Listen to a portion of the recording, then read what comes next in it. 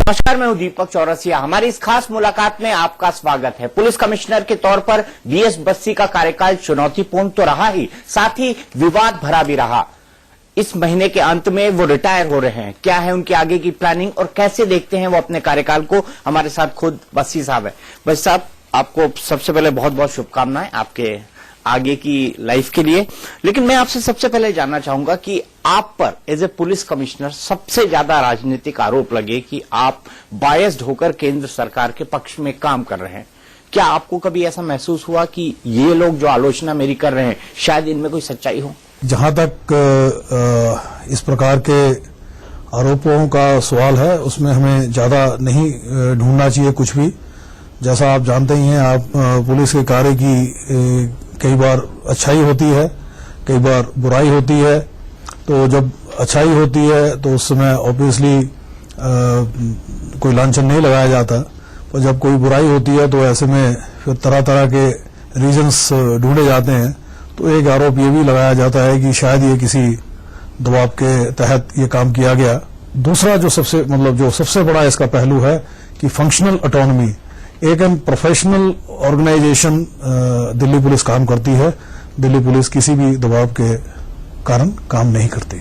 दूसरा महत्वपूर्ण मुद्दा, अगर आज के मुद्दों की बात करें हम, तो जेएनयू के बारे में दिल्ली पुलिस पर यह आरोप लगा कि खासकर जो कन्हैया की गिरफ्तारी थी वो बड़ी अधपकी सी हुई, यानी उसके खिलाफ सबूत नहीं जुटाए गए, प्रॉपर एफआईआर नहीं लिखी गई, टीवी फुटेज के आधार पर एफआईआर लिखी गई, और साथ ही साथ ये भी कहा गया कि उसके खिलाफ सबूत नहीं थे, फिर भी दबाव के चलते उसको गिरफ्तार किया गया। देखिए, ऐसा है कि दिल्ली में तकरीबन 1,90,000 अपराध 2015 वर्ष में दर्ज हुए थे। उसमें किस प्रकार से एफआईआर लिखी गई, किस प्रकार से उसकी इन्वेस्टिगेशन की गई, किस प्रकार से इन्वेस्टिगेशन के दौरान किन साक्ष्यों के मुताबिक किसी को गिरफ्तार किया गया या किसी को छोड़ा गया, उसके बारे में चंद उंगलियों पे जो केस गिने जा सकते हैं, उनके अलावा बाकी किसी भी केस की पब्लिक डोमेन में जानकारी नहीं होती। क्योंकि हमारी मजबूरी है कि हम हर सूचना, हर कार्य को हम नहीं पब्लिक के साथ में साझा कर सकते, तो उसमें कुछ अटकलबाजी शुरू हो जाती है।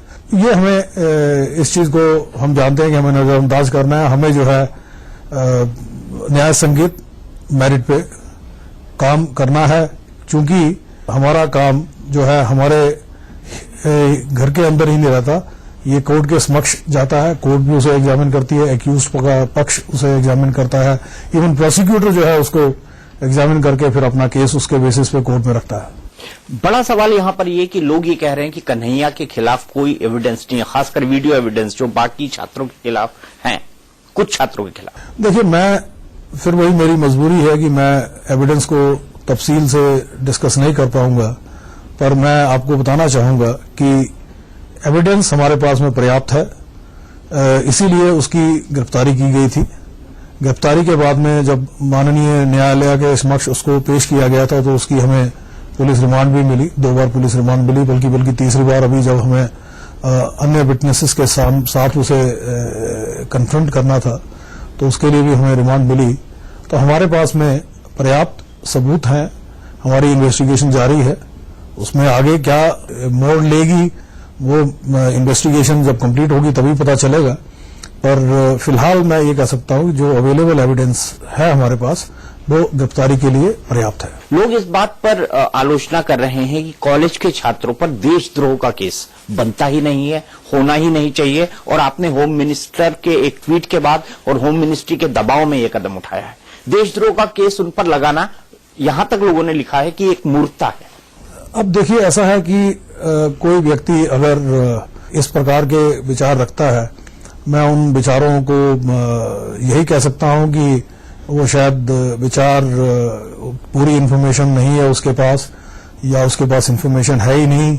जिस प्रकार के व्याख्यान और भाषण दिए गए वो जो है बहुत ही दुर्भाग्यपूर्ण थे, क्योंकि वो राष्ट्र जो विरोधी जो विचार प्रकट किए गए वो भड़काऊ होने के अलावा सेक्शन 124A के तहत आते थे। तो ऐसे में पुलिस का कर्तव्य था कि 124A का मुकदमा कायम किया जाए। अगर पहले पास्ट में समाज ने या पुलिस ने या सरकार ने इस प्रकार के भड़काऊ देश विरोधी गतिविधि की गई हो जो 124A में आती हो, उसको नजरअंदाज किया था, इसका मतलब यह नहीं है कि अगर इस बार दिल्ली पुलिस ने अच्छा काम किया है, अगर दिल्ली पुलिस ने भारत के संविधान के गौरव को मेंटेन किया है as a law enforcement agency of a democratic nation which is governed by rule of law, तो उसको ये सराहना करने की आवश्यकता है, ना कि कुछ पास्ट के गलत प्रेसिडेंट्स को मद्देनजर रखते हुए कि जब देश विरोधी गतिविधियां इग्नोर की गई, क्योंकि कोई भी समाज जो इस प्रकार की गतिविधियों को इग्नोर करेगा तो वो अपने आप को पतन के कगार की तरफ ले जा सकता है। ये बात हर देश के नागरिक को समझनी चाहिए। दूसरा बड़ा सवाल है कि कुछ जेएनयू के छात्र थे जो ऑर्गेनाइजर हैं, जिनके नाम बकायदा पोस्टर पर लिखे हैं, उन्होंने ऐसी बातें की है जो सुप्रीम कोर्ट के खिलाफ भी है और सुप्रीम कोर्ट ने बकायदा कंटेम्प्ट पे विचार कर रही है। मेरा जानना यह है कि जो लोग मुंह पर कपड़ा बांधे हुए थे, जो लोग जेएनयू के लड़के कह रहे हैं कि वो बाहर से आए हुए थे, वो लोग कहां से आए, उनका ओरिजिन क्या था, मुंह पर कपड़े बांधे वो लोग कौन थे, क्या दिल्ली पुलिस ने उन लोगों को आइडेंटिफाई कर लिया है जो मुंह पर कपड़े बांधकर वहां पर नारे लगा रहे थे? देखिए, ऐसा है कि जैसा आप जानते हैं, मुझे ये पैसे बात बताने की आवश्यकता भी नहीं है। ये जो इवेंट ऑर्गेनाइज की गई थी, ये कोई मतलब नॉर्मल रूटीन पब्लिक मेला नहीं था कि कुंभ का मेला है या रामलीला का आयोजन है या दशहरे का फंक्शन है कि कोई भी व्यक्ति कहीं से भी आ जाता है और कोई ज्यादातर इनविटेशन की भी उसमें आवश्यकता नहीं रहती। ये एक कैंपस के अंदर में इसका आयोजन किया गया था और आयोजन जो करने वाले थे उन्होंने कुछ लोगों को, जो हमारी जानकारी है, बाहर से भी इसके लिए बुलाया था। हमारी इन्वेस्टिगेशन जारी है और हम जो है जो भी इसमें दोषी व्यक्ति हैं उन सबको हम आइडेंटिफाई करें, ये हमारा इरादा है। और जो जो व्यक्ति आइडेंटिफाई होंगे उनके ऊपर जो भी कानूनी कार्रवाई बनती है उसी कानूनी कार्रवाई को किया जाएगा। यहां पर बड़ा सवाल, आपने अभी कहा इस सवाल के जवाब में कि उन लोगों ने बाहर के लोगों को भी बुलाया था, लेकिन उन छात्रों का ये तर्क है या ये दावा है कि हमने किसी को बुलाया नहीं, बाहर के लोग आए, नारे लगाकर चले गए। तो क्या ये तथ्य स्थापित हो चुका है कि जिन लोगों ने नारे लगाए उन्हीं छात्रों ने बुलाया था जिनके नाम पोस्टर? देखिए, ऐसा है कि जैसे मेरी मजबूरी इसमें आ जाती है इन्वेस्टिगेशन को, फिर मैं एक लिमिट तक ही साझा कर सकता हूं। हमारी इन्वेस्टिगेशन जारी है। अभी आप जानते हैं कि केस जो है 9th का इंसिडेंट है, अभी बहुत पुराना इंसिडेंट नहीं है। इन्वेस्टिगेशन हमारी जारी है। क्या कोई एक्सटर्नल फंडिंग भी हुई है इस कार्यक्रम की? क्या देखिए, हम जब भी किसी मामले की इन्वेस्टिगेशन करते हैं उसके जो भी पहलू पॉसिबल हो सकते हैं वो सबको देखा जाता है और जो भी पहलू रेलेवेंट होंगे उनका ऊपर तसल्ली से हम इन्वेस्टिगेट करेंगे। बशीर साहब, आपने जब पुलिस कमिश्नर का पद संभाला उसके बाद दिल्ली के अंदर नया माहौल था, एक नई पॉलिटिकल पार्टी ने जन्म ले लिया था, उसने बाद में चुनाव भी लड़ा, दूसरे चुनाव में वो सक्सेसफुल हुई, लेकिन उसके काउंटडाउन में जो चीजें हुई, जिस तरह से आप पर राजनीतिक हमले किए गए, आपको एक पॉलिटिकल टूल की तरह इस्तेमाल करके आपके बहाने किसी और पे हमले किए गए, क्या आपको लगता है कि उस पॉलिटिक्स का जवाब आपको देना चाहिए था और अब ये सही वक्त है कि उस पॉलिटिक्स का जवाब आप दें? जब भी इस प्रकार की कोई बात हुई तो जब कोई बात अच्छी थी हमने सरमाथे पे उसको लिया, जब कोई लांछन इस प्रकार था जिससे खतरा था कि पुलिस की एक के बारे में गलत धारणा पैदा हो सकती है, उसका मैंने जो जिस प्रकार से एप्रोप्रिएट जवाब बनता था वो मैंने जवाब दिया। अब उससे जो है जरूर ये महसूस किया गया कुछ लोगों के द्वारा कि ये शायद एक आपस में वाद विवाद चल रहा है या एक आपस में कोई जिसे कह सकते हैं कि कोई मनमुटाव है। हमारी तरफ से कोई रोष नहीं है, ना ही हमारे दिल में किसी के प्रति द्वेष है। ये मैं हर व्यक्ति को आपके माध्यम से बताना चाहूंगा। दिल्ली के मुख्यमंत्री अरविंद केजरीवाल, उन्होंने आप पर सिर्फ पुलिस चीफ के तौर पर हमले नहीं किया, आप पर व्यक्तिगत हमले भी हुए।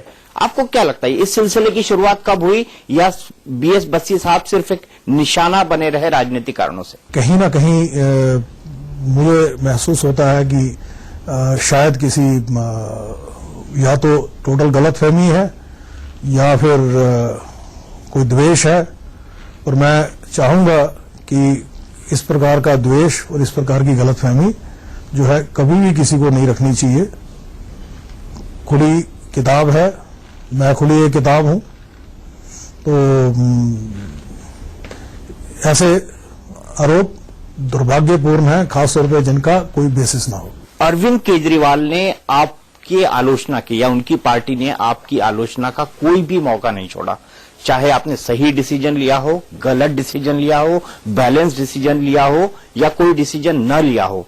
आपको लगता है कि आउटराइटली इस तरह के सीधे और व्यक्तिगत हमलों के पीछे वो एक पॉइंट ये बताना चाहते थे कि दिल्ली पुलिस पर उनका कंट्रोल नहीं है? देखिए, ये मुझे मालूम नहीं है, पर आपका कई दशकों का पुलिसिंग का एक्सपीरियंस है। हमने कई अधिकारियों को देखा है, बड़े पॉलिटिशियंस को देखा है कि वो जब रिटायर होते हैं तो अपना जो आत्मकथा है या अपनी जो अनुभव है उसको किताब के तौर पर लिखते हैं। तो क्या आप अरविंद केजरीवाल और आम आदमी पार्टी के मुद्दे पर कोई नई किताब लिखकर कोई खुलासा करने वाले हैं? नहीं, देखिए, मेरा अभी फिलहाल अब आगे क्या होगा इसका तो समय बताता है। फिलहाल किताब लिखने का इरादा नहीं है। यस, मैं अपनी नॉलेज को सूटेबली इस्तेमाल करना चाहूंगा, क्योंकि देश सेवा मेरी हमेशा एक डिजायर रही है, इसमें कोई शक की बात नहीं। आखिरी दो सवाल सर। पहला तो ये कि एक क्लैरिफिकेशन मन में आ रहा है कि एनएचआरसी ने कहा है कि कन्हैया ने जो अपना स्टेटमेंट लिख कर दिया, जिसको बाद में आपने ट्वीट किया, वो उसने मर्जी से नहीं लिख के दिया था, पुलिस ने उससे जबरदस्ती लिखवाया। क्या हकीकत है इसकी? अब ये देखिए, ऐसा है कि मैं इस बारे में भी ज्यादा इसलिए नहीं कहना चाहूंगा क्योंकि ये मामला एनएचआरसी के संज्ञान में है, हम उनको अपना जवाब देंगे, पर क्योंकि ये पब्लिक डोमेन में इसके बारे में कुछ इन्फॉर्मेशन है, क्योंकि चूंकि उसने उस समय रिमोर्स शो किया था, उसने ये अपील इशू की थी, इसीलिए हमने जो है अपील जब उसने दी हमें अपने आप लिख के, तो उसको मैंने कहा कि वाइडर जो है उसका डिसेमिनेशन होना चाहिए, ताकि जो गुमराह व्यक्ति हैं उनको शायद कुछ इससे समझ मिलेगी। और इसीलिए जो है अब पर उसने अगर डिनाई किया कोई फर्क नहीं पड़ता, क्योंकि इस प्रकार की ये पहली वाकया नहीं हम तो हमेशा देखते हैं। आखिरी सवाल सर, आपने एक बहुत चर्चित केस सुनंदा पुष्कर का जो केस है उसको बहुत साइंटिफिकली इन्वेस्टिगेट किया। क्या आपको ये लगता है कि इसको मुझे एक लॉजिकल एंड तक लेकर जाना था लेकिन लेकर नहीं जा पाया, आज जब आप रिटायर हो रहे हैं तो? देखिए, ऐसा है कि इस केस में हमने जो तफ्तीश की है बहुत ही गंभीरता के साथ, क्योंकि ये एक ओपन एंड शट केस नहीं था, इसमें काफी हमें मेडिकल और फोरेंसिक एविडेंस की आवश्यकता थी to understand the facts and circumstances of the death of late Mrs Sunanda Pushkar. तो उसके लिए हमें जो राय मिली वो राय समहाउ मतलब कंक्लूसिव नहीं थी। हमें इस बात की आवश्यकता महसूस हुई कि हम एफबीआई से कुछ सैंपल्स को एग्जामिन करवाएं। उसके बाद में भी जो हमें राय मिली है वो अभी कंक्लूसिव नहीं है। हमने कुछ क्वेरीज की थी, क्वेरीज का कुछ जवाब आया है, तो अब हमारे पास में कुछ ऑप्शंस हैं, वो ऑप्शंस हम एक्सप्लोर कर रहे हैं। मैं इस बात से संतुष्ट हूं कि इन्वेस्टिगेशन बहुत ही गंभीरता के साथ साइंटिफिकली की गई है और इसमें एक सही दिशा हमें इस केस में मिल चुकी है। कुछ मेडिकल जो है एडवाइस हमें चाहिए होगी जिससे कि इसको हम फाइनली कंक्लूड कर पाए। आखिरी चीज सर, आप पे आपकी बड़ी आलोचना हुई कि आप आंख मीच के होम मिनिस्ट्री और पीएमओ के डायरेक्शंस इसलिए मांग रहे हैं क्योंकि आपको एक पोस्ट रिटायरमेंट जॉब मिल जाए। आपको इंफॉर्मेशन कमिश्नर बनाने के लिए आपके नाम का इम्पैनलमेंट हुआ, लोगों ने उस पर बड़ा हल्ला मचाया, कुछ लोगों ने मीटिंग के अंदर विरोध भी किया। क्या आपके मन में ऐसा कुछ था या आप एस्पायरिंग थे उस पोस्ट के लिए? ये आप ही लोगों ने वैसे बताया था कि साहब मेरा नाम चल रहा है, आप ही लोगों ने कहा मेरा नाम कट गया। मेरे लिए ये कोई खास जो है खबर जो आपने दी चल रहा है, मैंने उसको भी पढ़ लिया। आपने कहा नहीं आपका नाम निकल गया, मैंने उसे भी पढ़ लिया, तो इसलिए इसमें कोई इशू नहीं है। चलिए, बहुत बहुत शुक्रिया बस्सी साहब। हम उम्मीद करते हैं कि आपके अनुभव का लाभ देश को इसी तरह मिलता रहे, दिल्ली को मिलता रहे। आपने हमसे बात की, इसके लिए बहुत बहुत शुक्रिया। तो ये थे हमारे साथ दिल्ली के पुलिस कमिश्नर बीएस बस्सी। हमारी इस खास मुलाकात में इतना ही, लेकिन इंडिया न्यूज पर खबरों का सिलसिला